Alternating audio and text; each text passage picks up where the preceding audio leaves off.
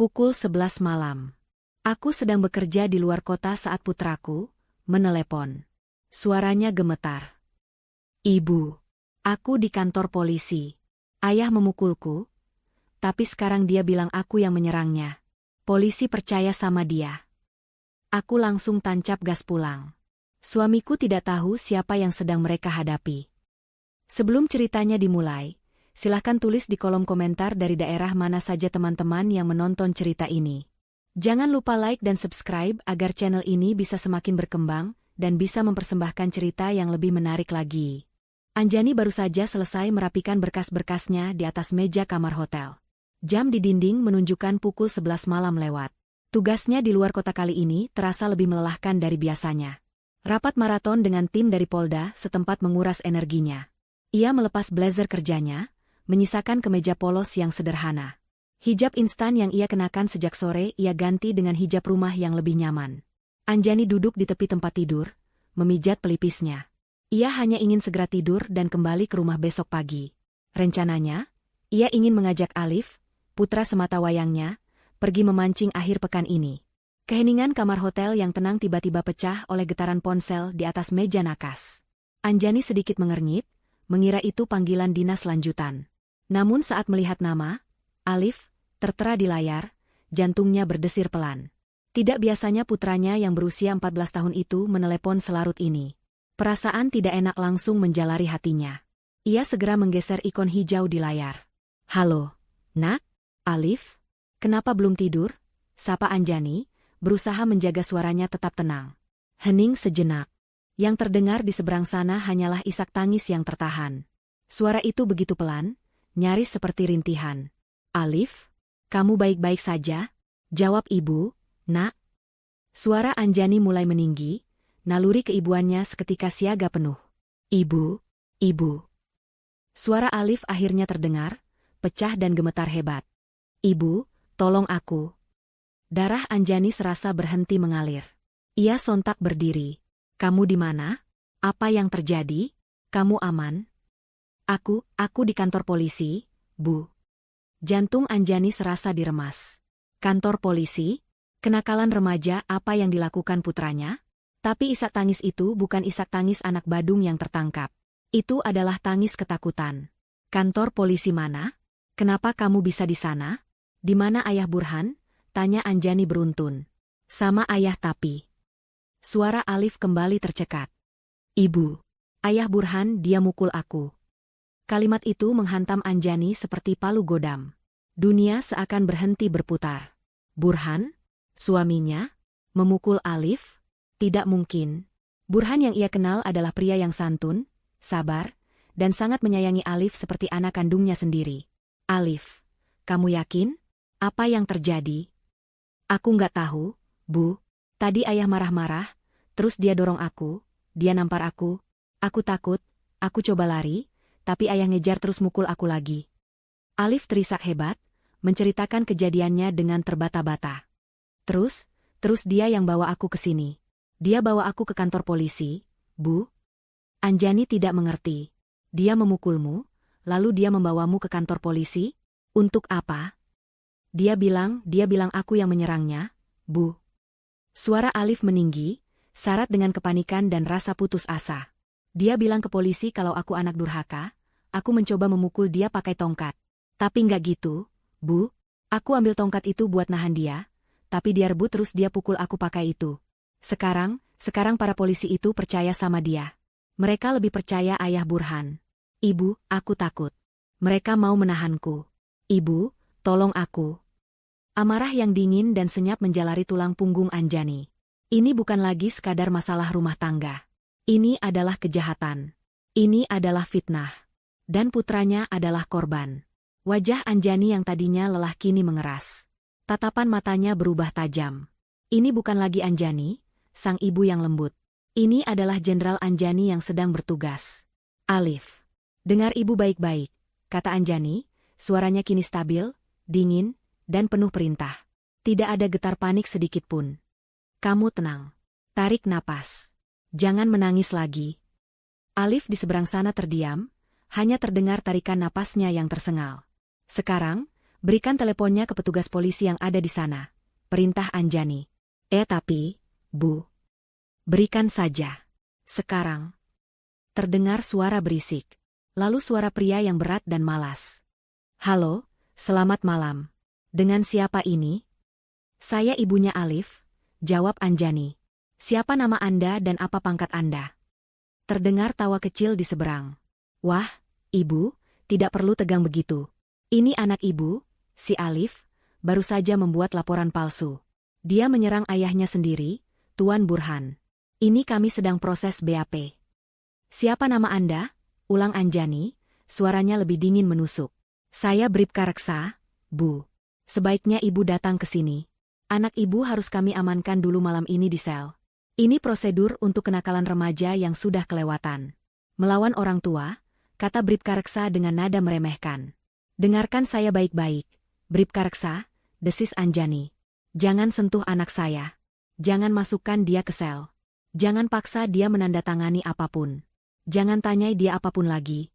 Dudukan dia di kursi, beri dia minum. Saya sedang dalam perjalanan. Saya ulangi, jangan sentuh anak saya. Lagi-lagi terdengar tawa. Ibu ini siapa mau memerintah kami? Ibu pengacara? Sudah, Bu, jangan mempersulit. Anak Ibu salah. Tuan Burhan ini saksinya jelas. Beliau korban. Anjani memutus panggilan itu. Napasnya memburu bukan karena panik, tapi karena amarah yang terkumpul. Dia tidak membuang waktu. Dia tidak berkemas. Koper dan berkas-berkasnya ia tinggalkan begitu saja. Ia menyambar kunci mobil dinas sipil yang tergeletak di meja. Tangannya bergerak cepat membuka laci kecil di dalam kopernya, mengambil sebuah dompet kulit hitam. Di dalamnya, terlipat di balik kartu identitas sipilnya, adalah kartu tanda anggota Polri miliknya. Lencana emas berbintang 2 berkilau samar di bawah lampu kamar. Ia memasukkan dompet itu ke saku daster rumahan yang ia kenakan. Hijabnya ia rapikan seadanya. Kakinya melangkah cepat keluar dari kamar hotel. Sambil berjalan cepat menuju lift, Anjani menelepon satu nomor. Panggilan itu langsung diangkat pada dering pertama. Siap, Jenderal. Perintah, sapa suara tegas di seberang. Nada suara Anjani berubah total. Tidak ada lagi kelembutan seorang ibu. Yang ada hanya otoritas mutlak. Saya Jenderal Anjani. Saya butuh monitoring visual dan audio segera di Polsek Suka Asih. Sekarang juga. Polsek Suka Asih. Kota M? Siap, laksanakan, Jenderal. Ada anak laki-laki usia 14 tahun di sana. Namanya Alif. Dia putra saya. Dia korban KDRT yang sedang difitnah oleh pelaku. Saya tidak mau ada satu petugas pun yang menyentuhnya atau mengintimidasi dia. Saya mau rekaman CCTV lobi Polsek dan ruang interogasi real time. Siap, Jenderal. Tim Itpolda terdekat kami kerahkan untuk backup. Saya dalam perjalanan dari luar kota. Estimasi tiba 1 jam. Pastikan putra saya aman sampai saya tiba. Laksanakan, Jenderal. Panggilan ditutup. Anjani masuk ke dalam lift. Wajahnya di pantulan cermin lift tampak pucat, namun matanya menyala. 1 jam. Dia akan tiba dalam 1 jam. Burhan telah melakukan kesalahan terbesar dalam hidupnya. Dan Bribka Reksa telah meremehkan ibu yang salah. Mobil sedan hitam itu melesat membelah jalan tol yang lengang. Jarum speedometer menunjuk angka yang jauh di atas batas kecepatan wajar. Tangan Anjani mencengkeram erat kemudi. Pikirannya berkecamuk, berpacu lebih cepat dari laju mobilnya. 1 jam. Dia harus sampai dalam 1 jam. Setiap detik terasa seperti 1 menit, dan setiap menit terasa seperti 1 jam. Pikirannya melayang kembali ke masa lalu. Ke hari-hari setelah suami pertamanya, ayah kandung Alif, meninggal dunia. Anjani tenggelam dalam kesedihan dan kesibukan pekerjaan. Dia seorang orang tua tunggal, sekaligus seorang perwira tinggi kepolisian dengan tanggung jawab besar di Mabes Polri. Alif, yang saat itu baru berusia 10 tahun, menjadi anak yang pendiam dan murung. Lalu, Burhan hadir. Anjani bertemu Burhan di sebuah acara pengajian komunitas. Burhan adalah seorang pengusaha furnitur lokal yang tampak santun, religius, dan dewasa. Dia mendekati Anjani dengan cara yang sangat sopan. Dia tidak terintimidasi oleh aura Anjani. Mungkin karena Anjani tidak pernah menunjukkan siapa dirinya sebenarnya.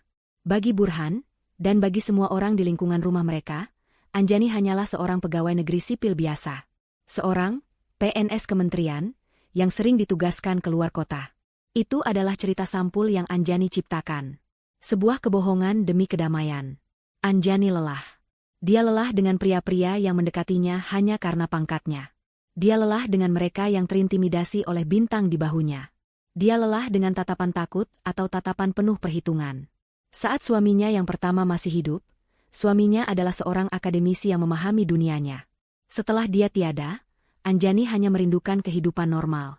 Burhan menawarkan kenormalan itu. Dia sabar. Dia mendekati Alif dengan perlahan. Diajaknya Alif memancing, diajarinya bermain catur. Burhan tampak tulus menerima status Anjani sebagai janda dengan 1 anak.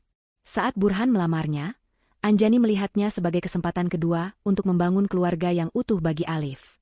Alif pun tampak mulai terbuka dan menerima Burhan. Maka, Anjani menyembunyikan segalanya.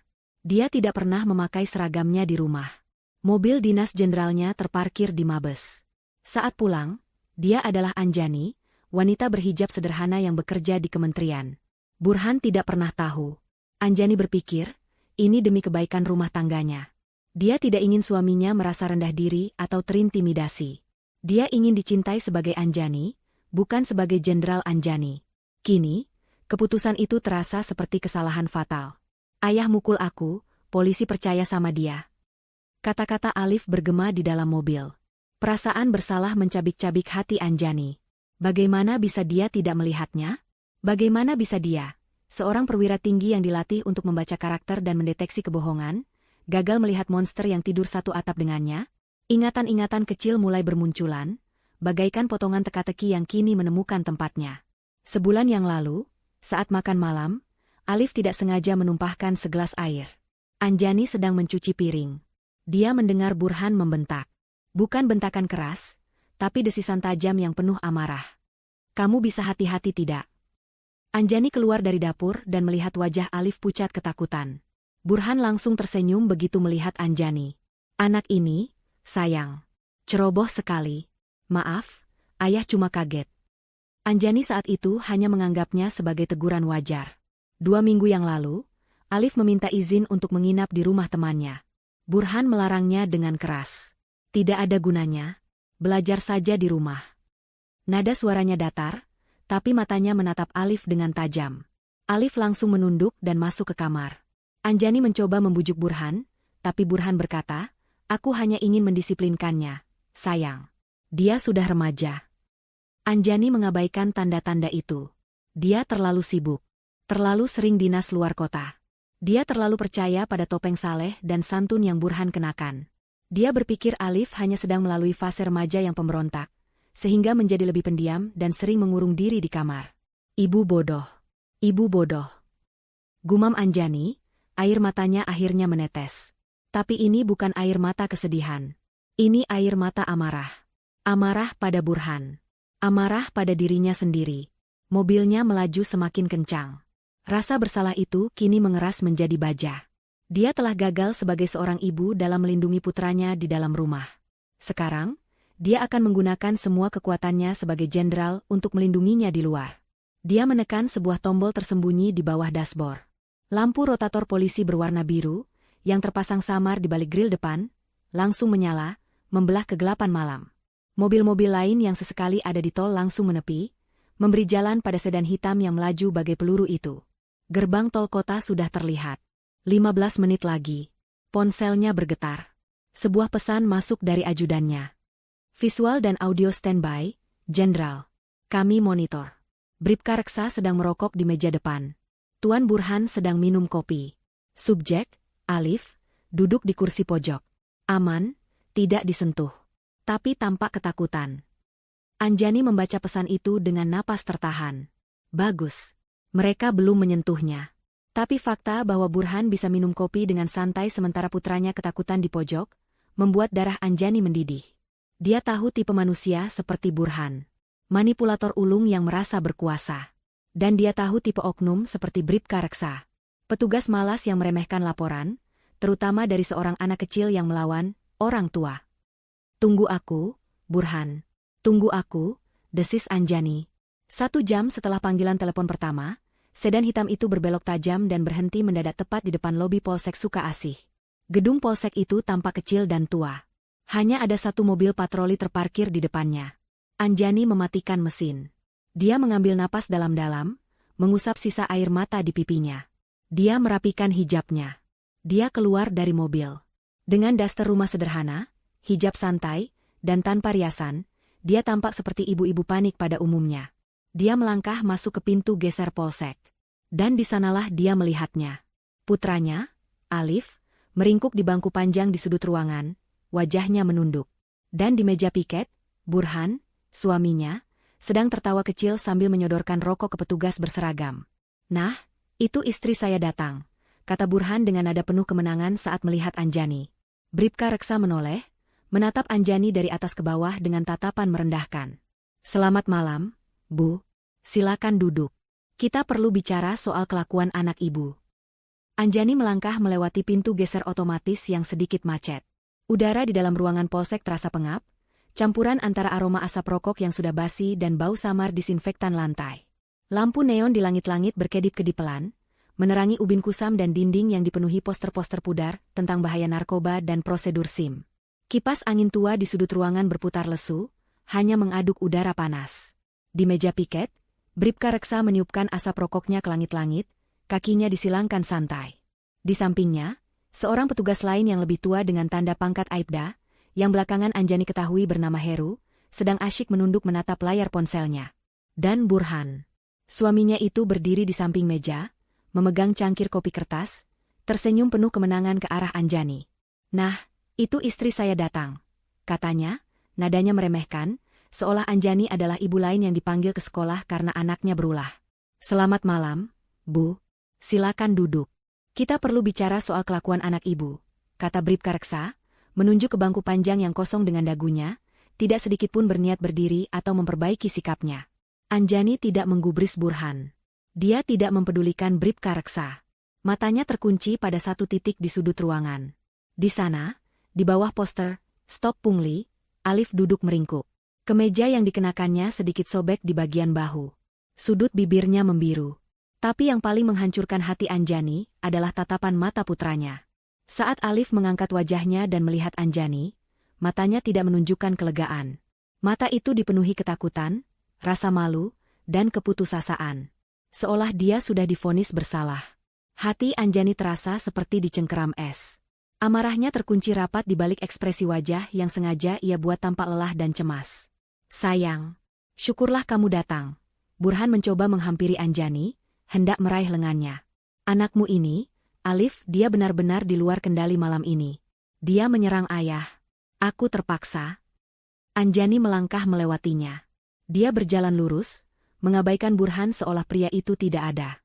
Langkahnya mantap, langsung menuju bangku tempat Alif duduk. Burhan tertegun, tangannya tergantung canggung di udara. Senyumnya goyah.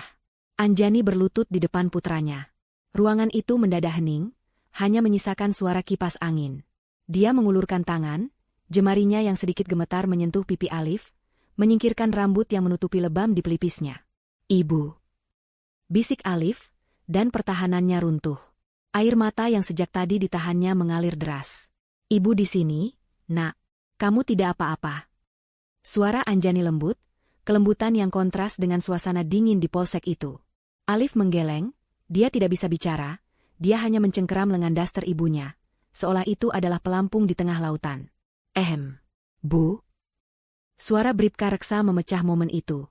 Nada bicaranya terdengar kesal karena merasa diabaikan. "Ibu, saya tahu Ibu pasti kaget. Tapi Ibu tidak bisa main-main di sini. Silakan duduk di depan meja saya. Ini anak Ibu, si Alif, statusnya sedang kami periksa." Anjani memejamkan matanya sejenak, mengumpulkan kekuatannya. Dia menatap Alif. "Tunggu di sini sebentar. Jangan takut. Ibu akan selesaikan ini." Dia berdiri. Perlahan, dia membalikkan badan. Hijab santai dan daster rumahannya membuatnya tampak begitu salah tempat. Begitu rapuh di antara seragam-seragam dan dinding-dinding kaku itu. Dia berjalan pelan menuju meja piket. Burhan kembali mencoba. "Anjani, dengarkan aku. Aku ini korban." "Diam, Burhan," kata Anjani. Suaranya pelan, tapi Burhan langsung terdiam. Bukan karena nada bicaranya, tapi karena sesuatu yang asing di mata istrinya. Anjani berhenti tepat di depan meja Bribka Reksa. Petugas itu masih duduk, kini menatapnya dengan jengkel. "Ibu, sudah saya bilang, duduk. Jangan mempersulit," kata Reksa. "Saya mau membuat laporan," kata Anjani, suaranya datar. Bribka Reksa tertawa kecil. "Laporan apa lagi? Anak ibu yang salah. Kok, Tuan Burhan ini sudah melapor lebih dulu. Ini, BAP-nya sedang kami buat. Anak ibu yang menyerang orang tuanya. Saksinya ada, ini Aibda Heru juga lihat tadi Tuan Burhan datang." Aibda Heru mengangkat wajahnya dari ponsel, mengangguk malas, lalu kembali menatap layarnya. "Bukan," potong Anjani. "Saya mau membuat laporan atas tindak pidana kekerasan dalam rumah tangga dan kekerasan terhadap anak. Korbannya, anak saya, Alif. Pelakunya." Anjani menoleh sedikit, menatap lurus ke mata Burhan. "Suami saya, Burhan." Burhan membelalak. "Apa-apaan kamu, Anjani? Kamu lebih percaya anak itu daripada suamimu sendiri? Aku yang dipukul." Bribka Reksa mendengus. Ibu, jangan mengada-ada. Jangan memutarbalikkan fakta. Kami ini petugas, Bu. Kami tahu mana yang benar mana yang salah. Tuan Burhan ini korbannya. Luka anak ibu itu mungkin karena membela diri. Sudah, terima saja. Saya tanya Anda di telepon tadi." Anjani memotong lagi, suaranya kini kehilangan semua kehangatan. "Siapa nama Anda?" Bribka Reksa mulai terpancing. Dia menegakkan duduknya, arogansinya terusik. "Bribka Reksa, Bu. Kenapa? Ibu tidak terima? Mau lapor ke atasan saya? Silakan. Saya hanya menjalankan tugas sesuai prosedur." "Prosedur?" Anjani mengulang kata itu. "Anda yakin sudah sesuai prosedur, Bribka Reksa? Di mana unit PPA? Anak saya korban kekerasan, dia juga saksi, sekaligus dituduh sebagai pelaku. Dia masih di bawah umur. Kenapa dia duduk di lobi seperti pesakitan? Kenapa dia tidak didampingi oleh penyidik PPA? Kenapa Anda, sebagai petugas piket, yang sepertinya menangani ini?" Pertanyaan-pertanyaan itu telak. Bribka Reksa sedikit terkejut. Ibu-ibu berdaster ini tahu soal PPA? Ibu ini banyak sekali tanyanya. Reksa mulai gugup, namun berusaha menutupinya. Ibu ini siapa sebenarnya? Pengacara? Aktivis LSM? Wartawan? Burhan menimpali, "Sudahlah, Pak Reksa. Lanjutkan saja prosesnya. Istri saya ini, dia terlalu memanjakan Alif. Biar anak itu ditahan saja semalam biar kapok." Anjani menatap Bribka Reksa. Dia tidak lagi mempedulikan ocehan Burhan. "Anda bertanya saya siapa?" kata Anjani pelan. Dia merogoh saku dasternya. Gerakannya pelan, terukur. Burhan memerhatikan dengan bingung. Bribka Reksa memerhatikan dengan kesal, mengira wanita itu akan mengeluarkan ponsel untuk merekam. Aibda Heru bahkan tidak mengangkat kepalanya. Anjani mengeluarkan dompet kulit hitam sederhana. Bukan dompet wanita yang penuh kartu belanja. Dompet itu tampak fungsional. Dia membukanya. Dia tidak mengeluarkan KTP sipil. Dia meletakkan dompet yang terbuka itu di atas meja kayu Bribka Reksa. Tanpa suara. Hanya diletakkan dengan pelan, namun terasa begitu berat. Bribka Reksa melirik ke dompet itu dengan malas. Matanya tertuju pada kartu yang tersemat di dalamnya. Dia membaca. Matanya menyipit. Lalu membelalak. Dia membaca lagi. Dia tidak salah lihat. Foto di kartu itu adalah Anjani. Memakai seragam PDU lengkap. Hijab PDH Polri yang rapi. Di bahunya, ada bintang. Bukan 1, 2. Nama, Brigadir Jenderal Polisi Anjani Pramudita. Jabatan, Kabiro Paminal Divpropam Mabes Polri. Biro Paminal. Pengamanan Internal. Propam. Polisinya polisi. Mabes Polri. Jenderal. Mulut Bribka Reksa terbuka. Wajahnya yang tadi sombong berubah menjadi pucat pasi dalam sepersekian detik. Lebih putih dari dinding polsek yang kusam. Rokok yang terselip di jarinya jatuh ke lantai. Keringat dingin sebesar biji jagung seketika muncul di pelipisnya. Dia mendongak, menatap wanita berdaster di depannya. Wanita yang sama. Tapi kini, di mata Bribka Reksa, wanita itu terlihat menjulang tinggi, dan auranya terasa mencekik. "Siap?" Bribka Reksa melompat dari kursinya. Kursi berodanya terdorong ke belakang dengan keras, membentur lemari arsip. Dia mencoba memberi hormat, tapi tangannya gemetar hebat, nyaris mengenai pelipisnya sendiri. Maaf. Bu Jenderal. Saya tidak tahu, Bu. Saya tidak tahu. Suaranya melengking tinggi, penuh kengerian. Aibda Heru, yang mendengar kata, Jenderal, kaget setengah mati. Ponselnya terlepas dari genggamannya, jatuh berdebam ke lantai. Dia ikut melompat berdiri, memberi hormat dengan kaku, tubuhnya gemetar. Seketika, seluruh aktivitas di polsek itu berhenti. Ruangan itu menjadi senyap. Hanya suara kipas angin tua yang masih berputar lesu. Dan Burhan, dia berdiri mematung. Senyum kemenangan di wajahnya luntur, berganti dengan ekspresi kebingungan total. Keheningan yang pecah oleh teriakan panik Bribka Reksa kini, menjadi keheningan yang berbeda. Keheningan yang berat, pekat, dan penuh ketakutan. Burhan adalah satu-satunya orang di ruangan itu yang masih belum mengerti. Dia menatap Bribka Reksa yang berdiri kaku dengan wajah pucat, lalu menatap Anjani yang masih berdiri tenang di depan meja. Jenderal? Burhan tertawa gugup. Apa-apaan ini? Reksa, kamu kenal istri saya? Sayang, Anjani, ini lelucon apa? Kamu menyewa orang untuk menakut-nakuti mereka? Dia masih berusaha meyakini dirinya bahwa inilah yang terjadi. Bahwa ini hanyalah drama yang dibuat istrinya untuk membela Alif. Anjani tidak menoleh padanya. Matanya yang dingin masih tertuju pada Bribka Reksa. Bribka Reksa, suara Anjani terdengar. Tidak keras, tapi di ruangan yang senyap itu, suaranya terdengar seperti dentuman. Anda masih berdiri di situ? Siap, Jenderal. Perintah. Bribka Reksa menjawab, suaranya tercekat di tenggorokan. Di mana Kapolsek Sukaasih? Tanya Anjani. Ada di kediaman, Jenderal.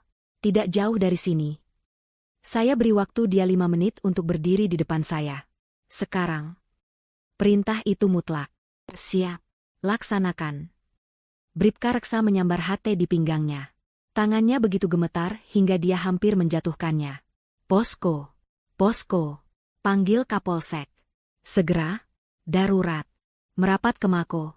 Segera. Kode 1. Ada pimpinan dari Mabes. Anjani lalu mengalihkan pandangannya pada Aibda Heru, yang masih berdiri kaku di samping meja. Anda? Kata Anjani. Siap, Jenderal. Aibda Heru menjawab, tubuhnya nyaris terlonjak. Ambil ponsel Anda. Hubungi Kasih Propam Polres Metro. Bilang Jenderal Anjani dari Biro Paminal Mabes ada di sini. Saya mau tim Propam Polres tiba dalam 15 menit.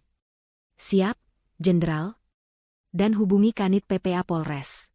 Saya mau penyidik PPA wanita yang senior segera datang. Sekarang juga. Siap. Laksanakan, Jenderal. Aibda Heru tergopoh-gopoh mengambil ponselnya yang retak di lantai, dan segera menelepon. Kini, setelah semua perintah awal diberikan, setelah roda investigasi internal mulai berputar, Anjani akhirnya membalikkan badannya. Dia menghadap Burhan. Suaminya itu kini tidak lagi bingung. Wajahnya mulai menunjukkan pemahaman. Sebuah pemahaman yang mengerikan. Dia menatap Anjani, dari hijab sederhana, daster rumahan, hingga ke mata istrinya yang kini menatapnya seperti orang asing. Anjani, sayang, kamu. Burhan melangkah mundur 1 langkah. Kamu, Jenderal? Anjani berjalan pelan menghampirinya. Setiap langkahnya tanpa suara, namun terasa berat. Kamu memukul anak saya, katanya. Itu bukan pertanyaan. Itu adalah pernyataan fakta. Tidak.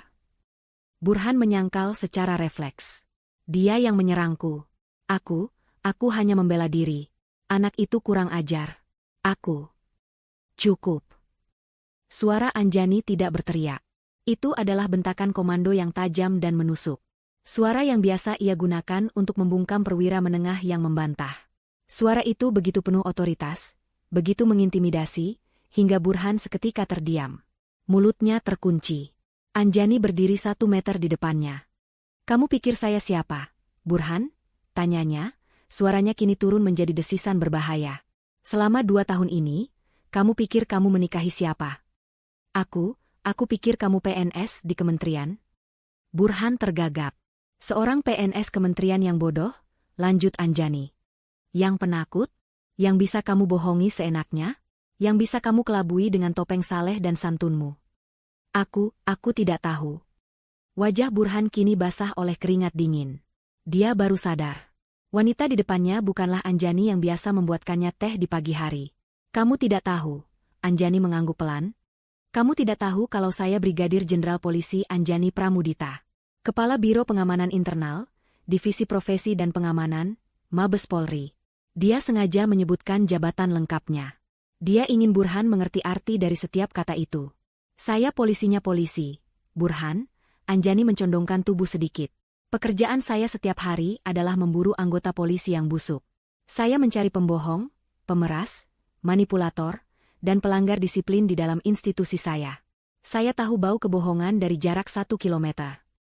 Dia berhenti sejenak, membiarkan kata-katanya meresap. Dan kamu? Lanjutnya. Kamu memukuli anak saya, darah daging saya. Lalu kamu membawanya, yang masih di bawah umur dan penuh luka, ke sebuah kantor polisi. Anjani menatap sekeliling ruangan dengan tatapan muak. Untuk menjebaknya dengan sebuah laporan palsu, bekerja sama dengan oknum yang jelas-jelas tidak profesional. Burhan gemetar. Dia akhirnya mengerti. Dia tidak hanya memukul anak seorang polisi. Dia telah memukul anak dari seorang jenderal propam. Dia tidak hanya mencoba memanipulasi hukum. Dia mencoba memanipulasi ahli hukum internal kepolisian. Ironi dari perbuatannya menghantamnya seperti kereta api. Dia membawa kejahatannya sendiri, dengan sukarela, ke depan pintu sang algojo. Anjani menatap suaminya dengan tatapan terakhir yang penuh kebencian, sebelum akhirnya berbalik, meninggalkannya yang membeku ketakutan. Dia berjalan cepat menghampiri Alif, yang menonton seluruh kejadian itu dengan mata terbelalak, campuran antara takut dan takjub. Aura jenderal seketika sedikit melunak saat dia kembali berlutut di depan putranya. Alif, kamu aman sekarang, nak, katanya lembut. Setelah ini, akan ada petugas PPA yang baik. Dia akan menemanimu ke rumah sakit untuk visum. Tidak apa-apa. Ibu ada di sini. Jangan takut lagi. Alif hanya bisa mengangguk, masih terlalu terkejut untuk berkata-kata. Tepat pada saat itu, pintu polsek kembali terbuka. Seorang pria berperawakan tegap, terengah-engah, masuk dengan tergesa. Kancing kemeja dinasnya miring, dan rambutnya acak-acakan. Dia jelas baru bangun tidur. Dia melihat Bribka Reksa dan Aibda Heru yang berdiri kaku. Dia melihat Burhan yang gemetar. Lalu matanya tertuju pada Anjani yang sedang berlutut di depan seorang anak. Dia mengenali wajah itu dari foto-foto pimpinan di Mabes. Pria itu langsung berdiri tegak, menyentak, dan memberi hormat. Siap. Jenderal Anjani. Mohon izin. Saya Kepala Polsek Sukaasih.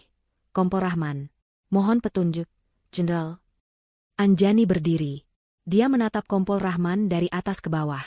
Kapolsek. Ruangan Anda di mana? Di dalam, Jenderal. Mari, Jenderal. Aibda Heru, perintah Anjani. Bawa anak saya, Alif, ke ruangan Kapolsek. Beri dia air minum.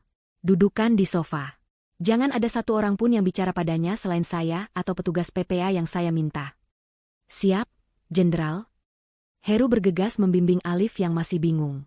Kompol Rahman, Anda ikut saya ke ruangan Anda. Lanjut Anjani. Bribka Reksa, Anda tetap berdiri di situ. Jangan bergerak 1 sentimeter pun sampai tim Propam Polres tiba dan memeriksa Anda. Siap, Jenderal. Jawab Reksa, suaranya hampir hilang. Anjani mulai melangkah menuju koridor. Burhan, melihat Anjani akan meninggalkannya, tersadar dari kelumpuhannya. Dia dilanda panik. Anjani, sayang, tunggu. Burhan mencoba mengejar. Ini semua salah paham. Aku bisa jelaskan. Anjani, aku suamimu. Anjani berhenti melangkah, tapi tidak berbalik. Dia hanya berhenti sejenak di ambang pintu koridor. Kompol Rahman, kata Anjani, suaranya dingin dan mematikan. Tahan Tuan Burhan. Sekarang juga. Kapolsek dan Bribka Reksa membeku. Menahan suami seorang jenderal? Anjani menoleh sedikit, matanya menyipit. Saya bilang, tahan. Dia. Sekarang. Atas dugaan tindak pidana KDRT terhadap anak di bawah umur dan pembuatan laporan palsu. Tangkap dan borgol.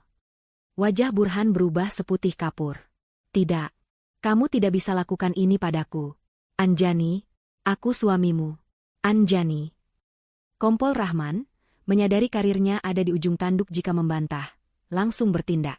Reksa. Borgol. Bribka Reksa, dengan tangan yang masih gemetar hebat, meraih borgol di pinggangnya. Maaf, Pak. Lepaskan aku. Anjani, kamu akan menyesal. Lepaskan. Terdengar bunyi, klik, yang keras saat logam dingin itu mengunci pergelangan tangan Burhan. Anjani tidak menoleh lagi. Dia berjalan lurus menyusuri koridor menuju ruangan Kapolsek, meninggalkan suaminya yang kini meraung-raung dalam penjagaan petugas yang beberapa menit lalu adalah temannya. Ruangan Kapolsek Suka Asi terasa sesak, seolah semua oksigen telah tersedot keluar oleh kehadiran Anjani. Kompol Rahman, sang Kapolsek, berdiri dengan kaku di sudut ruangannya sendiri, tidak berani duduk di kursinya. Kursi itu kini diduduki oleh Jenderal Anjani. Aibda Heru telah meletakkan segelas air putih di meja depan Alif, yang duduk di sofa kecil, masih gemetar. Burhan telah dibawa ke ruang pemeriksaan di seberang koridor, terpisah. Teriakan marahnya yang memanggil nama Anjani dan menuduhnya menyalahgunakan wewenang perlahan-lahan mereda, digantikan oleh keheningan yang jauh lebih menakutkan. 20 menit kemudian, seperti yang diperintahkan Anjani, dua tim tiba hampir bersamaan. Yang pertama adalah tim Propam dari Polres Metro. Dipimpin oleh seorang perwira pertama berwajah tegas, AKP Dian, Kasih Propam. Begitu masuk dan melihat Anjani, AKP Dian dan timnya langsung memberi hormat. Siap, Jenderal Anjani. Tim Propam Polres Metro hadir. Mohon petunjuk. Saya mau Bribka Reksa dan Aibda Heru diperiksa malam ini juga, kata Anjani, suaranya dingin dan datar. Ambil keterangan mereka. Tahan mereka di sel terpisah. Amankan senjata dan lencana mereka. Saya duga ada pelanggaran kode etik berat, ketidakprofesionalan, dan potensi menghalangi keadilan. Laksanakan, Jenderal. AKP Dian tidak bertanya. Dia berbalik dan memberi isyarat pada timnya. Bribka Reksa, yang masih berdiri gemetar di lobi, hanya bisa pasrah saat digiring oleh rekan-rekannya sendiri. Tim kedua yang tiba adalah Unit Perlindungan Perempuan dan Anak, dipimpin oleh seorang perwira wanita senior yang tampak cekatan, Ibtu Rina. Matanya langsung tertuju pada Alif di sofa. Ibtu Rina, lapor, Jenderal, sapanya hormat. Terima kasih sudah datang. Ibtu, suara Anjani sedikit melunak saat berbicara pada sesama polwan itu. Dia menunjuk Alif. Ini putra saya, Alif.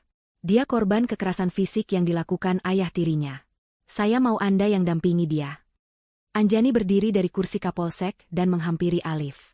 Dia kembali berlutut, menyamakan tingginya dengan putranya. Nak, panggilnya lembut, mengabaikan semua perwira lain di ruangan itu. Ini Ibu Rina. Dia polisi yang baik. Dia akan membantumu. Kamu harus pergi ke rumah sakit sekarang untuk diperiksa dokter. Namanya visum. Supaya dokter bisa mencatat luka-luka kamu sebagai bukti. Alif menatap Ibtu Rina dengan takut. Nanti aku disuntik? Ibtu Rina tersenyum tipis. Tidak, sayang. Hanya diperiksa saja. Seperti kamu periksa ke dokter biasa. Ibu Rina temani terus. Ya? Tidak akan lama. Anjani mengusap kepala Alif. Ibu harus di sini. Ibu harus membereskan orang-orang jahat itu. Kamu pergi sama Ibu Rina, ya? Kamu anak pemberani. Ceritakan semua yang terjadi. Jangan ada yang ditutupi. Kamu tidak salah. Ibu janji. Alif menatap ibunya, menatap mata Jenderal Anjani yang kini kembali menjadi mata ibunya. Dia mengangguk pelan. Anjani beralih ke Ibtu Rina. Ibtu, bawa dia ke rumah sakit Bayangkara. Hubungi Karumkit. Katakan ini perintah saya. Saya mau visum et repertum lengkap. Bukan hanya visum luar. Ambil foto resolusi tinggi untuk setiap lebam, goresan, dan memar. Catat koordinatnya. Ambil sampel darah dan urinenya. Saya mau hasil lengkap ada di meja saya sebelum matahari terbit. Perintah itu sangat rinci, sangat teknis. Ibtu Rina, yang terbiasa menangani kasus KDRT, tahu persis apa yang Jenderal Anjani inginkan. Bukti yang tidak terbantahkan. Siap, Jenderal. Laksanakan. Ibtu Rina dengan sabar membimbing Alif berdiri. Alif melangkah pelan, dan sebelum keluar pintu, dia menoleh sekali lagi ke arah ibunya. Anjani memberinya anggukan yang kuat. Ibu di sini. Begitu pintu ruangan tertutup, meninggalkan Anjani, Kompol Rahman, dan Aibda Heru, yang belum dibawa propam, aura keibuan itu lenyap seketika. Ruangan kembali mendingin. Kompol Rahman, kata Anjani, kembali duduk di kursi Kapolsek. Siap, Jenderal. Serahkan pada saya. Laporan kejadian yang dibuat Bribka Reksa. Dan berita acara pemeriksaan yang dia buat untuk Tuan Burhan. Kompol Rahman tergagap. Jenderal, BP. BAP-nya belum selesai, tadi baru. Serahkan apa yang ada, potong Anjani. Kompol Rahman bergegas ke meja di sudut, mengambil beberapa lembar kertas dari mesin ketik tua dan map. Dia menyerahkannya kepada Anjani dengan tangan gemetar. Anjani mengambil kertas-kertas itu. Dia membaca dalam diam. Matanya bergerak cepat, memindai setiap kata. Dia membaca laporan kejadian yang diketik oleh Bribka Reksa. Isinya persis seperti yang dikatakan di telepon. Telah diterima laporan dari Tuan Burhan, adanya kenakalan remaja, anak kandung dari istri, yang menyerang orang tua, ayah tiri, menggunakan tongkat. Petugas telah mengamankan anak tersebut. Lalu Anjani membaca BAP awal Burhan, yang ditulis tangan oleh Reksa. Isinya penuh kebohongan. Burhan mengklaim Alif tiba-tiba mengamuk tanpa alasan, mengambil tongkat sapu, dan memukulinya. Dia mengaku hanya menahan dan mendorong Alif untuk membela diri. Anjani meletakkan kertas-kertas itu di meja. Aibda Heru, panggil Anjani. Siap, Jenderal. Heru yang sedari tadi menunduk ketakutan, nyaris melompat. Anda saksi Bribka Reksa, kan? Anda melihat saat Tuan Burhan datang?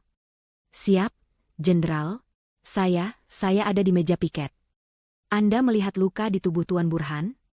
Aibda Heru bingung. Luka? Di laporan ini, Anjani mengetuk kertas BAP. Tuan Burhan mengaku dipukuli dengan tongkat. Anda melihat luka-lukanya? Tidak ada, Jenderal. Tuan Burhan sehat-sehat saja. Malah tadi minum kopi, Jenderal. Dia tidak minta dibuatkan visum untuk dirinya sendiri. Tidak, Jenderal. Dia hanya minta anaknya, Alif, dihukum. Anjani mengangguk. Kebohongan itu semakin telanjang. Tapi Bribka Reksa langsung percaya. Dia tidak bertanya di mana luka Tuan Burhan. Bribka Reksa, dia bilang ini urusan keluarga, Jenderal. Tuan Burhan bilang anaknya nakal. Cukup, potong Anjani. Dia menatap Kompol Rahman. Kapolsek, Anda punya 2 petugas. Yang satu, Bribka Reksa, membuat laporan palsu dan BAP palsu. Yang satu lagi, Aibda Heru, menjadi saksi atas kejadian yang tidak dia lihat dan fakta yang tidak dia periksa.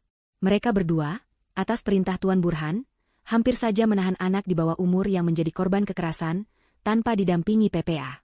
Apa itu yang Anda sebut, prosedur, di polsek ini? Kompol Rahman tidak bisa menjawab. Dia hanya menunduk dalam-dalam. Ampun, Jenderal.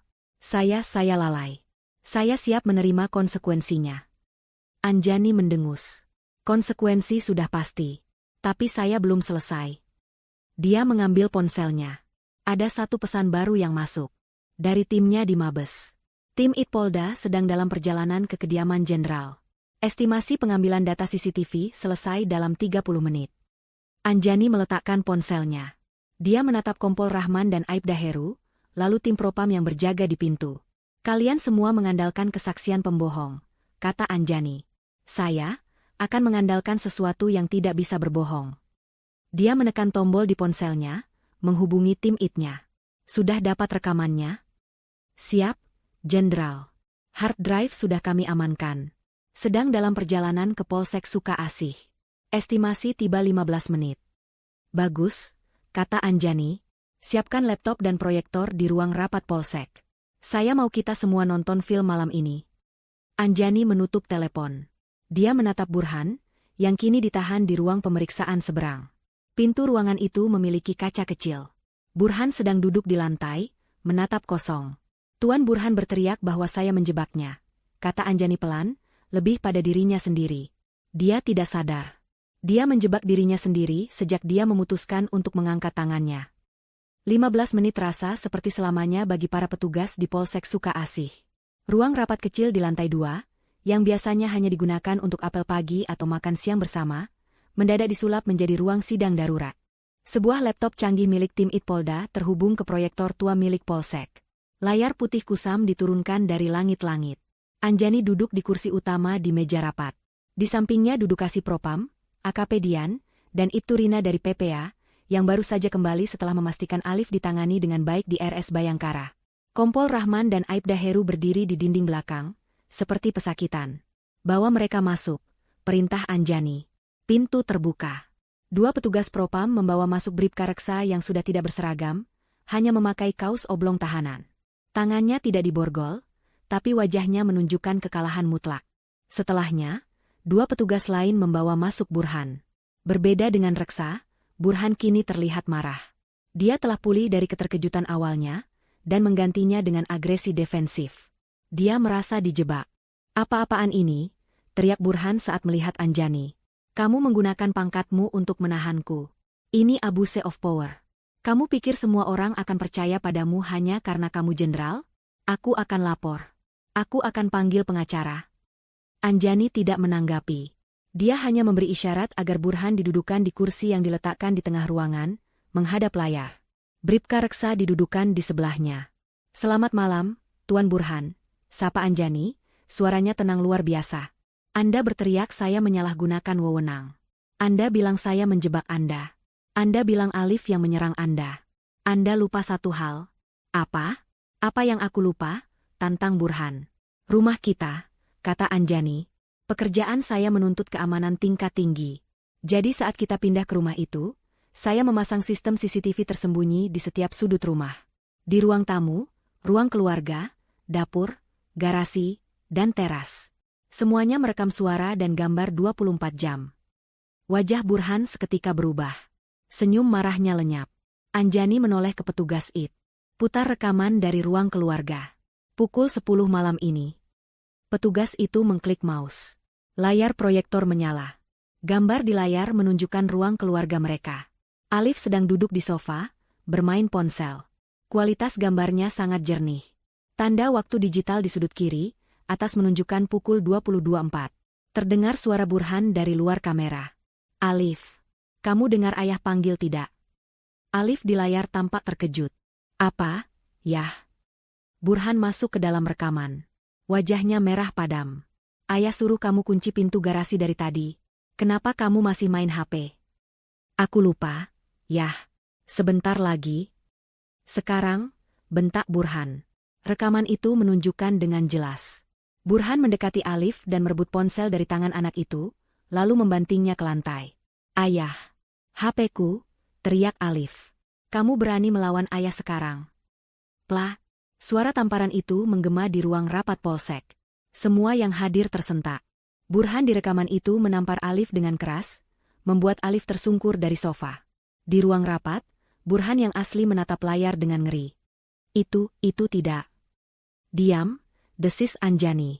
Tonton. Rekaman berlanjut. Alif menangis, memegangi pipinya. Aku benci ayah. Anak kurang ajar. Burhan di rekaman itu terlihat kalap.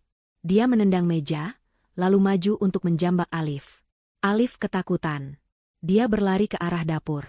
Kamera di ruang keluarga kehilangan mereka, tapi suaranya masih terekam. Terdengar suara barang-barang jatuh.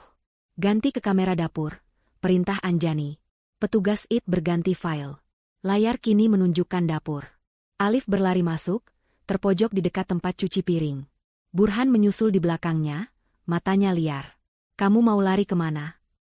Alif, karena panik dan tidak ada jalan keluar, meraih apapun yang bisa dia raih. Sebuah gagang sapu ijuk yang bersandar di dinding. Dia mengacungkannya ke depan dengan gemetar. Jangan dekat-dekat. Pergi. Oh, kamu berani pakai senjata sekarang.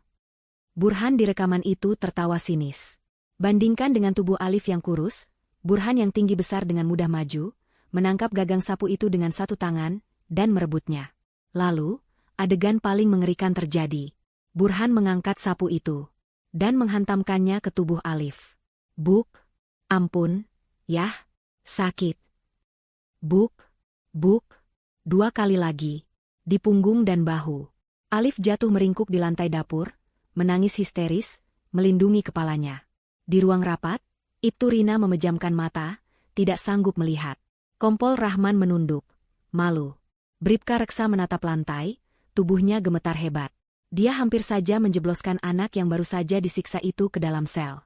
Burhan di kursinya terdiam. Tubuhnya lunglai. Wajahnya pucat. Keringat membasahi kemejanya. Dia tidak menyangka lagi. Dia tidak bisa. Rekaman itu adalah kebenaran mutlak. Lanjutkan, kata Anjani. Rekaman menunjukkan Burhan menarik Alif yang menangis, menyeretnya keluar dari dapur. Ayo, ikut ayah. Biar polisi yang urus kamu. Biar kamu tahu rasa. Dasar anak tidak tahu diuntung. Rekaman dari kamera teras menunjukkan Burhan memasukkan Alif secara paksa ke dalam mobil. Lalu mobil itu pergi. Petugas IT menghentikan rekaman. Layar menjadi hitam. Keheningan di ruang rapat itu lebih keras dari suara tamparan tadi. Burhan menunduk, bahunya terguncang. Dia menangis tanpa suara. Bukan tangis penyesalan. Itu tangis kekalahan total. Dia tamat. Bribka Reksa di sebelahnya menatap Anjani dengan tatapan memohon. "Jenderal, saya bersumpah, saya tidak tahu. Saya hanya..." Anjani mengangkat tangannya, menghentikan ucapan Reksa. Dia berdiri.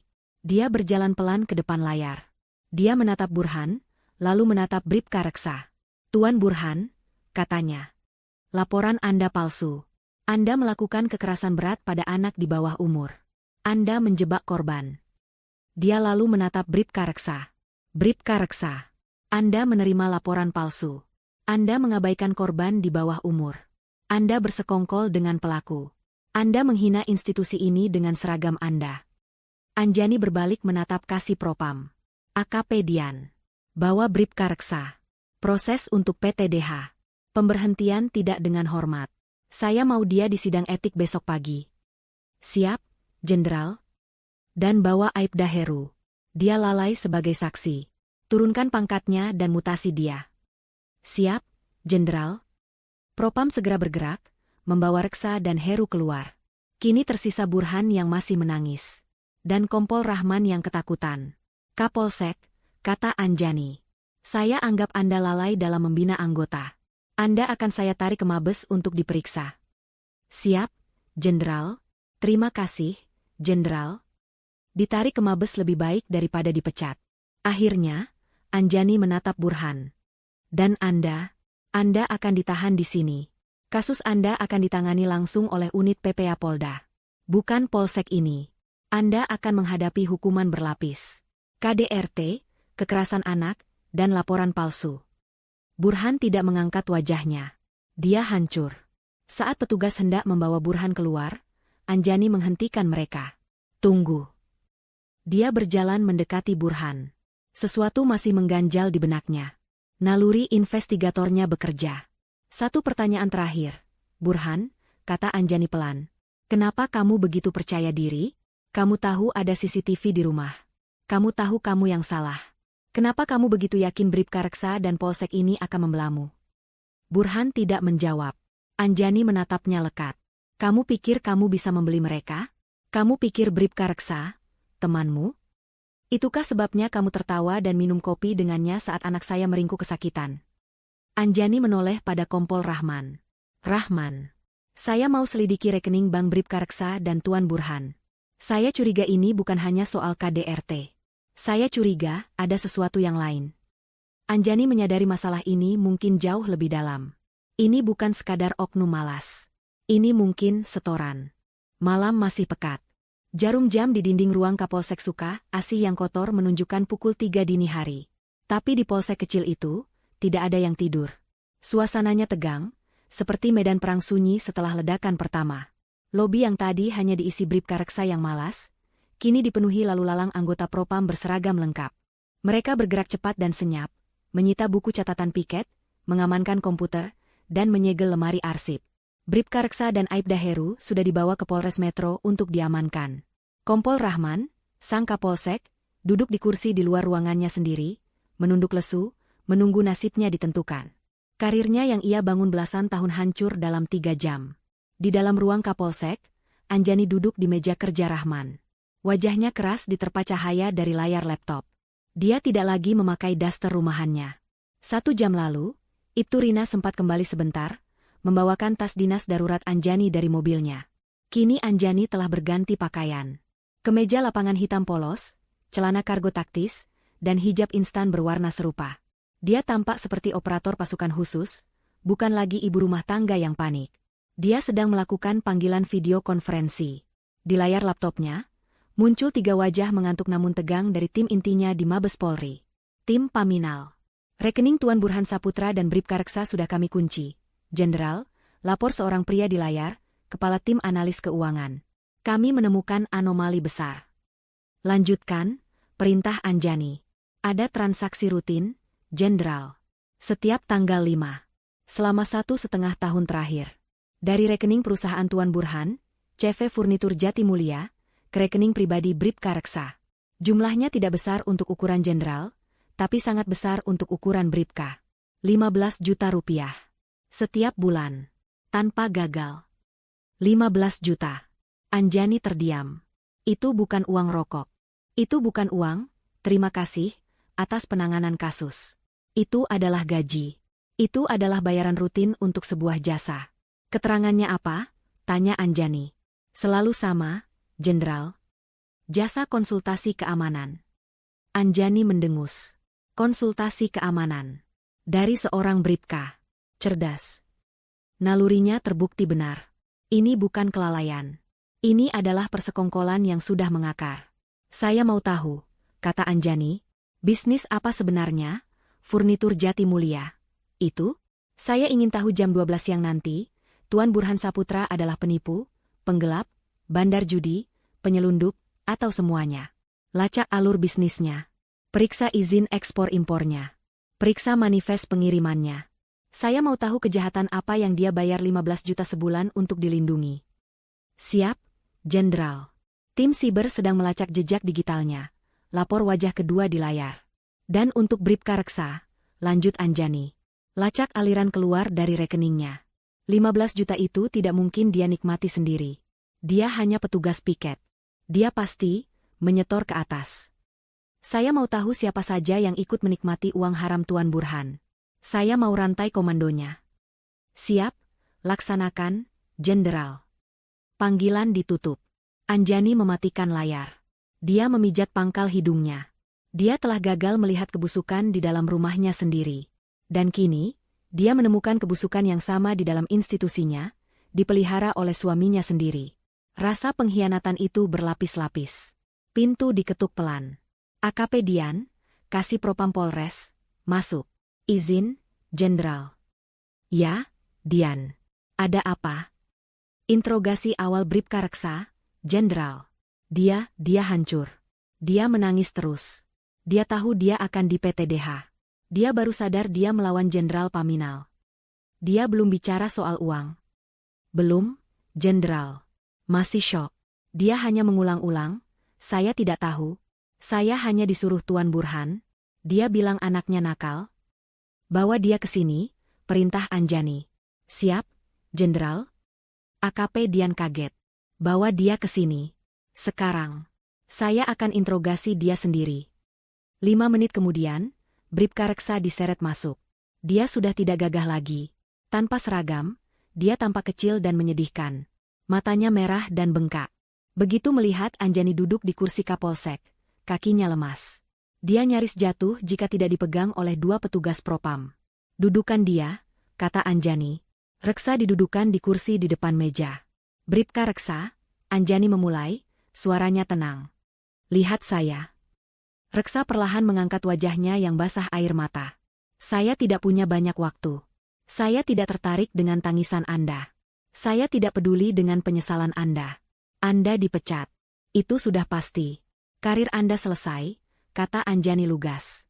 Reksa terisak. Tapi, lanjut Anjani. Nasib Anda selanjutnya bergantung pada 5 menit ke depan. Apakah Anda akan menghabiskan sisa hidup Anda di penjara sipil sebagai pemeras dan penerima suap? Atau Anda membantu saya dan mendapat keringanan sebagai justice kolaborator? Reksa membeku. Pemeras? Penjara sipil? Ini bukan lagi soal etik. Anjani mendorong keyboard laptopnya ke samping. Dia menatap Reksa. 15 juta rupiah. Setiap tanggal 5. Selama 1,5 tahun. Dari CV Furnitur Jatimulya. Jasa konsultasi keamanan. Mau Anda jelaskan? Jika tadi Bribka Reksa pucat, kini wajahnya berubah menjadi seputih kertas. Dia berhenti menangis.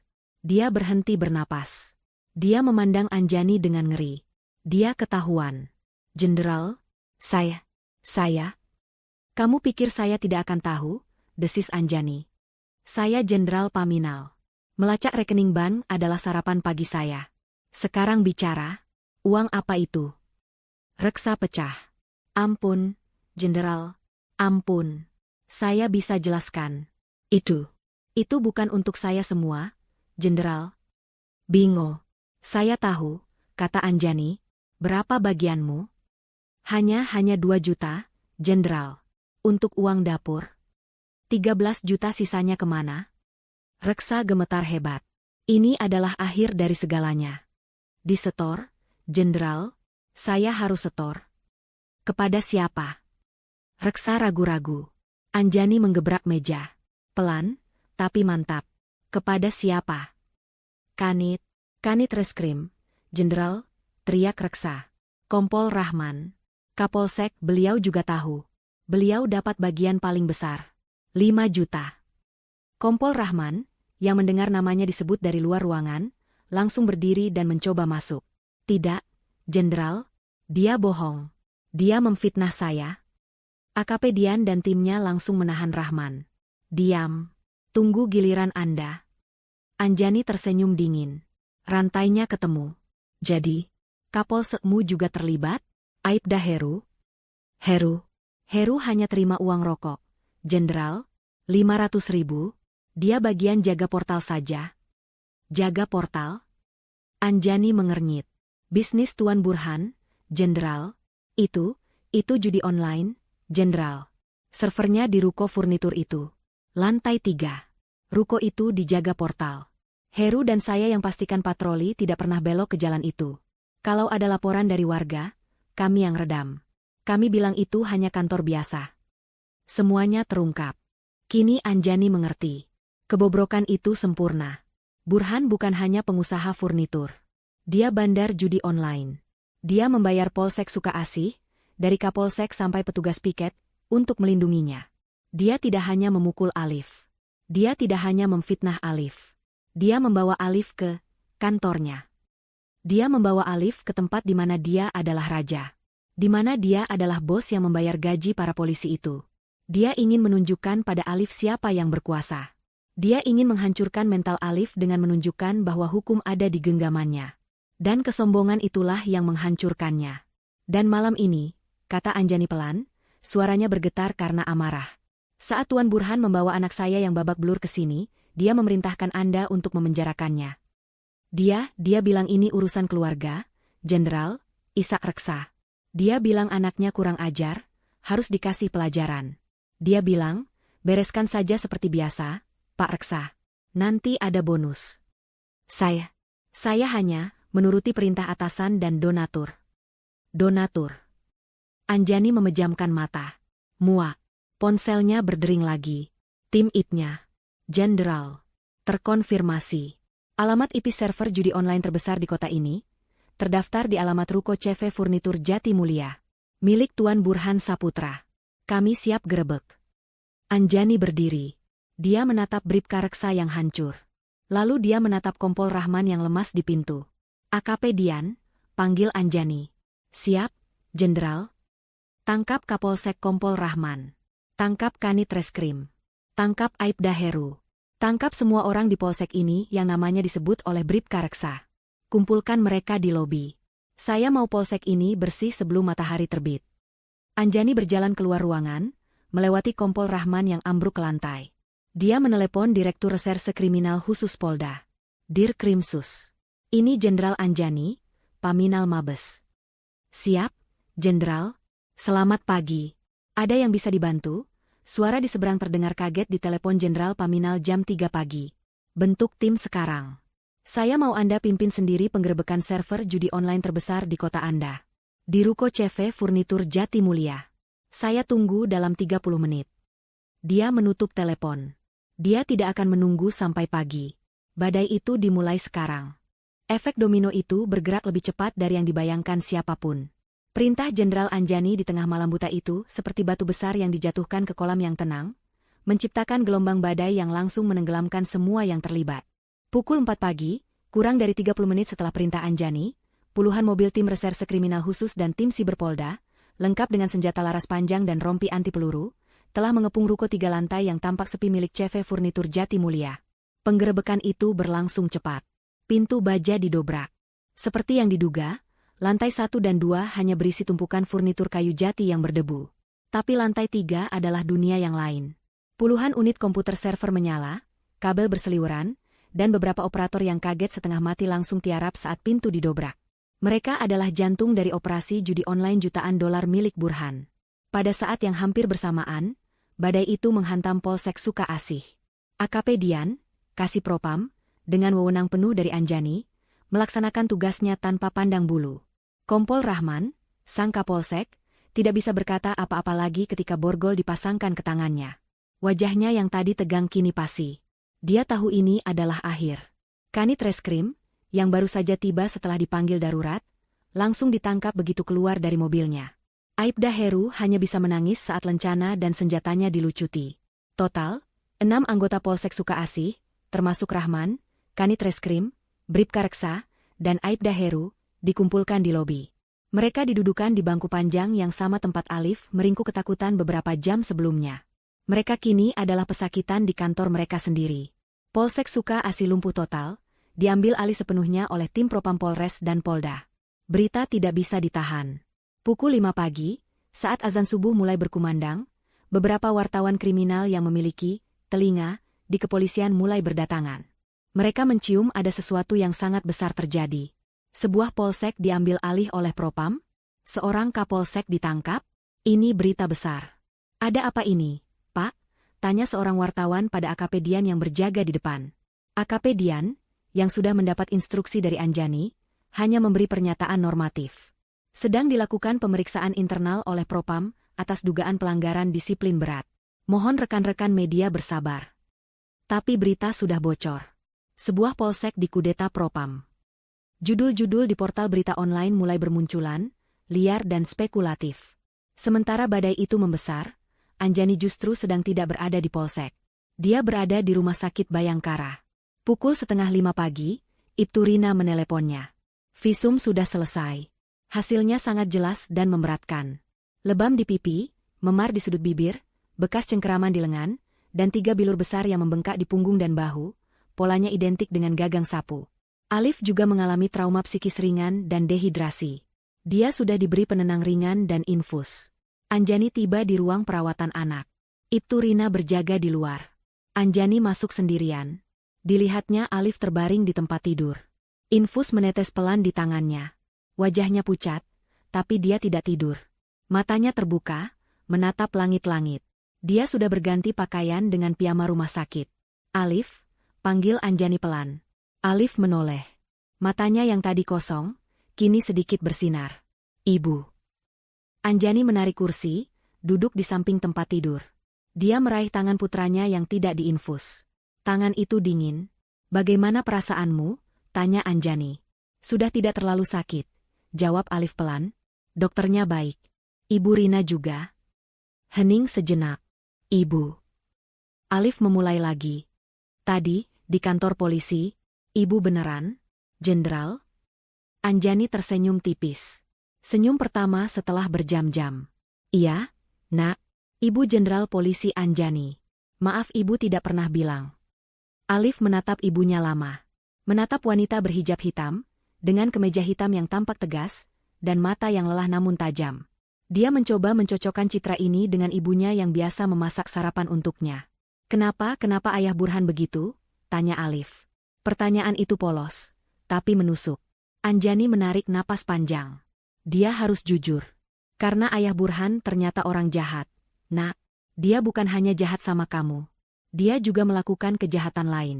Dan polisi-polisi di kantor tadi, mereka bukan polisi yang baik. Mereka membantu kejahatan ayah Burhan. Jadi, ibu menangkap mereka semua? Iya, ibu menangkap mereka semua, kata Anjani. Termasuk ayah Burhan? Termasuk ayah Burhan. Dia tidak akan pernah bisa menyakitimu lagi. Ibu janji. Alif terdiam lama. Lalu, air mata mengalir pelan dari sudut matanya. Tapi kali ini bukan tangis ketakutan. Itu tangis kelegaan. Ibu minta maaf, kata Anjani tulus, suaranya bergetar. Ibu minta maaf. Ibu terlalu sibuk bekerja. Ibu sibuk menangkap orang jahat di luar sana, sampai ibu tidak sadar, ibu membiarkan satu orang jahat masuk rumah kita. Ibu gagal melindungimu di rumah. Maafkan ibu, Nak. Anjani menunduk, menggenggam erat tangan Alif. Rasa bersalah itu masih menghantamnya. Tiba-tiba, Alif membalas genggaman tangan ibunya. Enggak, katanya. Suaranya pelan tapi tegas. Ibu nggak gagal. Anjani mengangkat wajahnya, menatap putranya. Ibu datang, kata Alif. Aku takut sekali. Aku pikir aku akan dipenjara. Aku pikir tidak ada yang percaya aku. Tapi ibu datang. Dia tersenyum kecil. Ibu datang kayak pahlawan super. Ibu. Jenderal Anjani. Hati Anjani menghangat. Dia mengusap air mata di pipi Alif, dan air matanya sendiri. Pukul 6 pagi. Di luar, langit mulai terang. Ponsel Anjani bergetar. Sebuah panggilan dari Kapolda. Anjani memberi isyarat pada Alif bahwa dia harus mengangkatnya. Dia berjalan ke sudut ruangan. Siap. Jenderal Anjani di sini. Suara Kapolda di seberang terdengar tegang. Jenderal. Saya baru dapat laporan penuh. Ini badai besar. Penggerebekan judi online sukses. Polsek Suka Asih sudah diamankan Propam. Tuan Burhan ditahan di Polda. Tapi Jenderal, media sudah di depan Polda. Mereka tahu ini ada hubungannya dengan Jenderal. Mereka tahu ini berawal dari kasus KDRT anak Jenderal. Anjani memejamkan mata. Dia tahu ini akan terjadi. Tuan Burhan, lanjut Kapolda. Dia sudah tidak diam lagi, Jenderal. Dia sudah memanggil pengacara. Dan dia mulai berteriak. Dia bilang dia korban abuse of power. Dia bilang Jenderal Anjani menggunakan pangkat untuk mengkriminalisasi suami sendiri karena masalah rumah tangga. Anjani sudah menduganya. Ini adalah langkah terakhir yang dimiliki Burhan. Memainkan kartu korban. Memutarbalikkan fakta. Berharap menciptakan keraguan publik. Baik, kata Anjani tenang. Siapkan ruang konferensi pers di Polda. Pukul 9 pagi ini. Jenderal? Kapolda ragu. Apa tidak terlalu cepat? Kita. Pukul 9. Siapkan semua barang bukti. Hasil visum Alif. Foto-foto lebamnya. Rekaman CCTV dari rumah saya. Dan data awal aliran dana dari Burhan ke Polsek Suka Asih, perintah Anjani. Jenderal, mempublikasikan CCTV rumah pribadi Jenderal? Publikasikan, kata Anjani tegas. Burhan ingin bermain di media? Dia ingin menuduh saya abuse of power? Baik, kita tunjukkan pada seluruh Indonesia, monster seperti apa dia sebenarnya. Kita tunjukkan kebusukan yang dia pelihara. Saya tidak akan bersembunyi. Saya akan hadapi ini. Sebagai seorang jenderal. Dan sebagai seorang ibu. Pukul 8.55 pagi. Ruang konferensi pers di gedung utama Polda telah penuh sesak. Puluhan wartawan dari media cetak, televisi, dan portal berita online berdesakan, memasang kamera dan mikrofon. Udara terasa tegang. Ini adalah skandal terbesar yang melanda kepolisian daerah itu dalam 1 dekade. Sebuah polsek utuh, runtuh, dalam semalam. Seorang kapolsek ditangkap oleh Paminal Mabes, dan sebuah kerajaan judi online terbongkar. Dan di pusat semua itu, ada 2 nama, Jenderal Anjani, sang pembongkar, dan Burhan, suaminya sendiri, sang pelaku.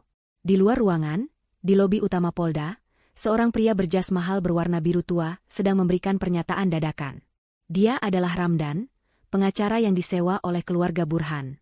Dia tampak licin, percaya diri, dan pandai berbicara. Klien kami, Tuan Burhan Saputra, adalah korban. Seru Ramdan, suaranya lantang agar terdengar oleh semua mikrofon yang teracung. Ini adalah tragedi rumah tangga yang dieksploitasi secara brutal. Klien kami dan putra tirinya, Alif, terlibat dalam pertengkaran keluarga biasa. Pertengkaran yang wajar terjadi antara ayah dan anak remaja yang sedang memberontak. Kamera-kamera berebut mengambil gambarnya. Anak itu menyerang klien kami, lanjut Ramdan, dan klien kami membela diri. Luka yang dialami anak itu adalah akibat dari usahanya menahan sang anak. Tapi apa yang terjadi? Istrinya, yang kebetulan seorang jenderal polisi, tidak terima. Dia pulang, dan dalam amarahnya, dia menggunakan pangkat dan kekuasaannya yang luar biasa untuk menangkapi semua orang. Ini abuse of power. Penyalahgunaan wewenang yang nyata. Seorang wartawan bertanya, bagaimana dengan tuduhan judi online? Ramdan tertawa sinis. Itu konyol. Itu adalah rekayasa. Sebuah tuduhan yang dibuat-buat untuk membenarkan penangkapan ilegal terhadap suami sahnya. Tuan Burhan adalah pengusaha furnitur yang terhormat.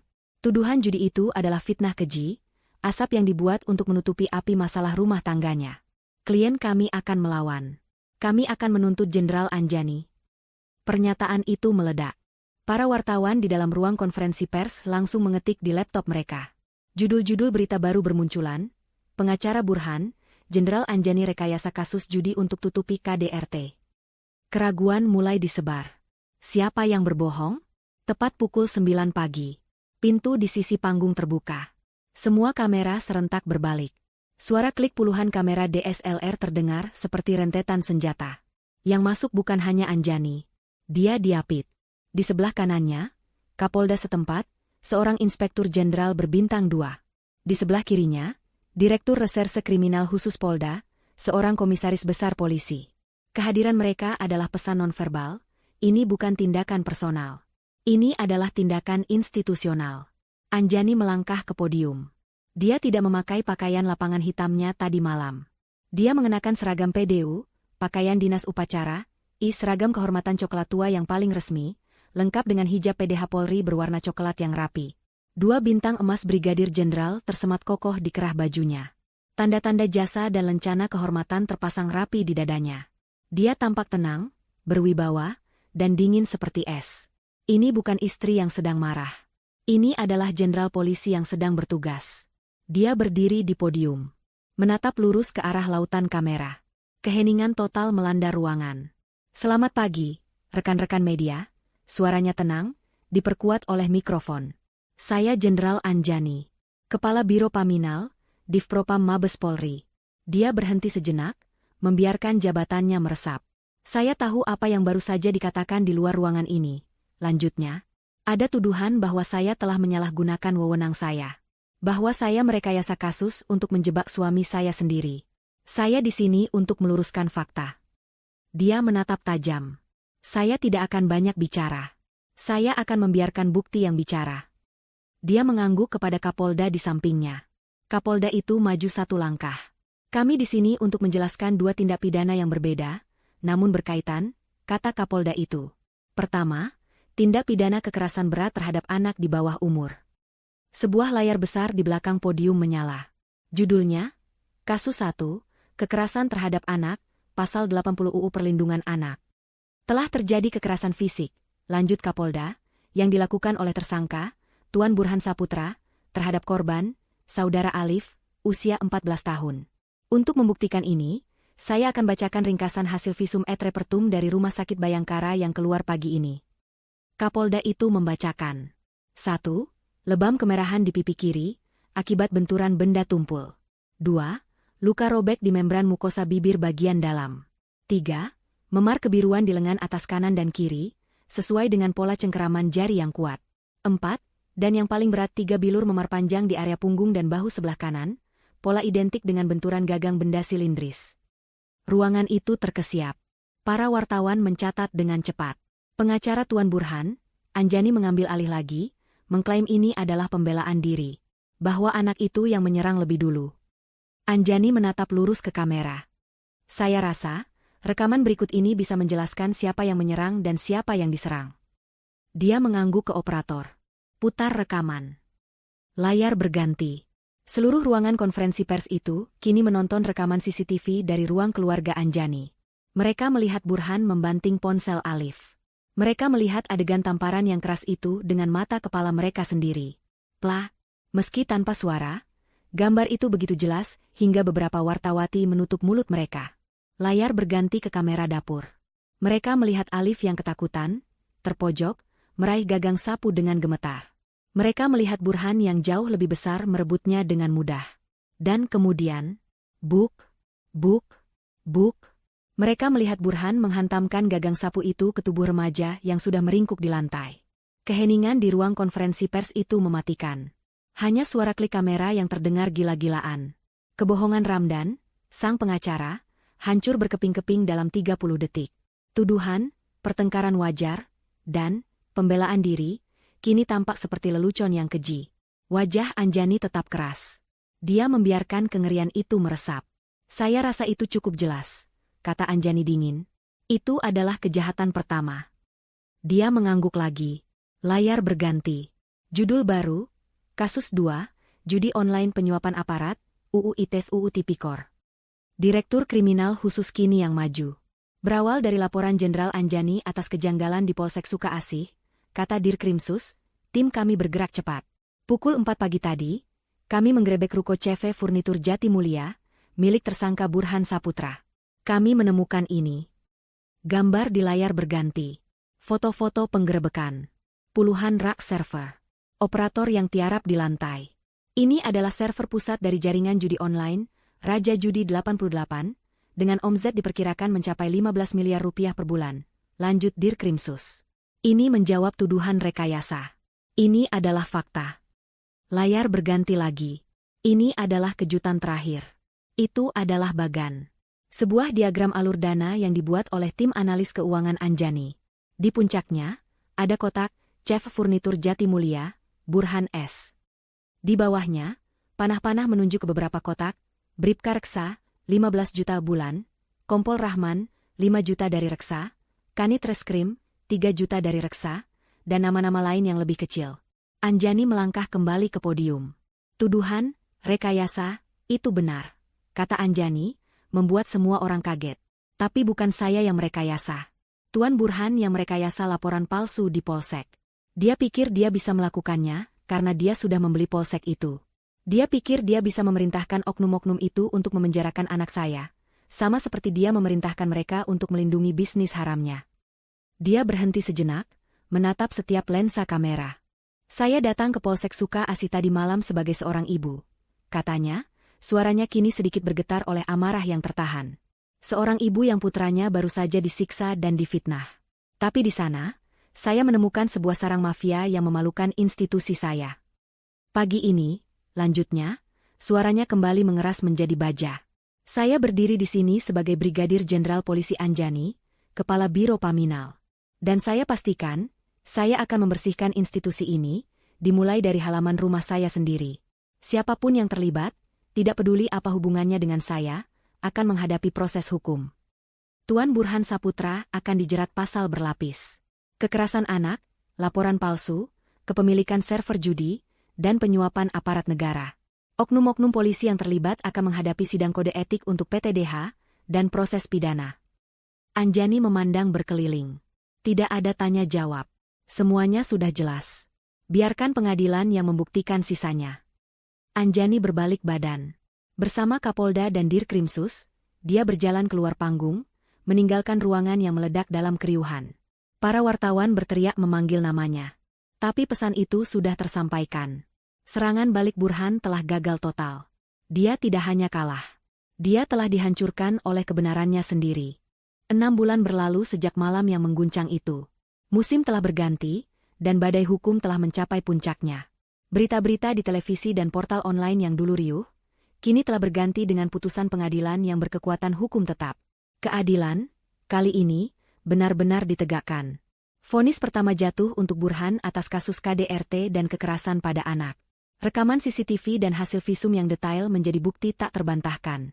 Tangisan palsunya di pengadilan tidak meluluhkan hakim. Dia divonis 8 tahun penjara. Vonis kedua menyusul. Kasus judi online, penyuapan, dan pencucian uang. Ini adalah kasus yang lebih besar. Pengacaranya, Ramdan, tidak bisa berbuat banyak melawan bukti aliran dana dan temuan server. Burhan divonis 12 tahun penjara tambahan. Dia akan menghabiskan 2 dekade hidupnya di balik jeruji besi, kehilangan semua aset dan kekayaannya yang disita negara. Karma juga menimpa para aparat yang berkhianat. Sidang kode etik profesi Polri berjalan cepat. Kompol Rahman, sang Kapolsek, dicopot dari jabatannya dan diberhentikan secara tidak hormat, PTDH. Bribka Reksa, Aibda Heru, dan 4 oknum lainnya bernasib sama. Seragam yang mereka banggakan dilucuti di depan umum. Mereka tidak hanya kehilangan pekerjaan, mereka juga diadili di pengadilan pidana umum atas kasus suap dan dijatuhi hukuman penjara. Polsek Suka Asi telah dibersihkan total dan diisi oleh wajah-wajah baru yang lebih berintegritas. Nama Jenderal Anjani melambung. Publik figuratif memberinya aplaus. Dia tidak dipuji karena menangkap suaminya. Dia dipuji karena berani membersihkan institusinya sendiri tanpa pandang bulu. Dia menjadi simbol baru ketegasan dan integritas di tubuh Polri. Dia membuktikan bahwa dia adalah polisinya polisi, dalam arti yang sesungguhnya. Sore itu, di sebuah rumah yang kini terasa jauh lebih damai dan hangat, Anjani sedang berada di dapur. Aroma tumisan bawang putih dan cabai memenuhi udara. Dia tidak lagi memakai seragam atau pakaian dinas. Dia hanya memakai blus rumahan sederhana dan hijab santai. Dia sedang memasak makan malam. Sesuatu yang kini lebih sering ia lakukan. Di meja makan, Alif sedang mengerjakan PR matematikanya. Remaja itu kini terlihat berbeda. Wajahnya lebih cerah, tubuhnya sedikit lebih berisi. Trauma itu masih ada, tetapi perlahan memudar, digantikan oleh kepercayaan diri yang baru. Dia tidak lagi memendam ketakutan. Bu, soal aljabar ini membingungkan, keluh Alif, menggaruk kepalanya. Anjani menoleh dari wajannya, dia berjalan mendekat dan melihat buku Alif. Dia mengernyit. Deretan angka dan huruf XY itu tampak lebih rumit dari bagan alur dana mafia. Waduh, Anjani tertawa kecil. Ibu ini jago melacak penjahat dan membongkar kebohongan. Nak, tapi kalau soal aljabar, ibu menyerah. Alif tertawa. Itu adalah tawa yang lepas dan tulus. Ya ibu. Nanti Alif tanya teman saja. Begitu lebih baik, kata Anjani, kembali ke masakannya. Keheningan yang nyaman mengisi rumah itu. Hanya suara spatula yang bertemu wajan. Ini adalah normalitas baru mereka. Normalitas yang dibangun di atas kejujuran, bukan rahasia. Tiba-tiba, ponsel dinas Anjani yang tergeletak di meja makan berdering. Suaranya nyaring, memecah keheningan. Anjani secara refleks sedikit menegang. Itu adalah kebiasaan lama yang sulit hilang. Deringan telepon itu selalu berarti masalah. Tapi Alif, yang duduk di depannya, hanya mendongak dari bukunya. Dia tidak terlihat takut seperti dulu. Dia tidak khawatir ibunya akan pergi lagi. Dia menatap Anjani, lalu tersenyum kecil. Angkat saja, Bu, kata Alif santai. Mungkin ada penjahat lain yang harus ditangkap. Anjani menatap putranya. Hatinya menghangat. Alif tidak lagi melihat pekerjaan ibunya sebagai ancaman, tapi sebagai kebanggaan. Anjani tersenyum. Dia mengelap tangannya di celemek, mengambil ponselnya. Dia melirik Alif sekali lagi, yang sudah kembali fokus ke bukunya. Dia menggeser tombol hijau. Napasnya teratur. Suaranya tenang, jelas, dan penuh wibawa. Dia tidak lagi menyembunyikan siapa dirinya. Dia utuh. Dia adalah seorang ibu, dan dia adalah seorang pelindung. Siap. Jenderal Anjani di sini.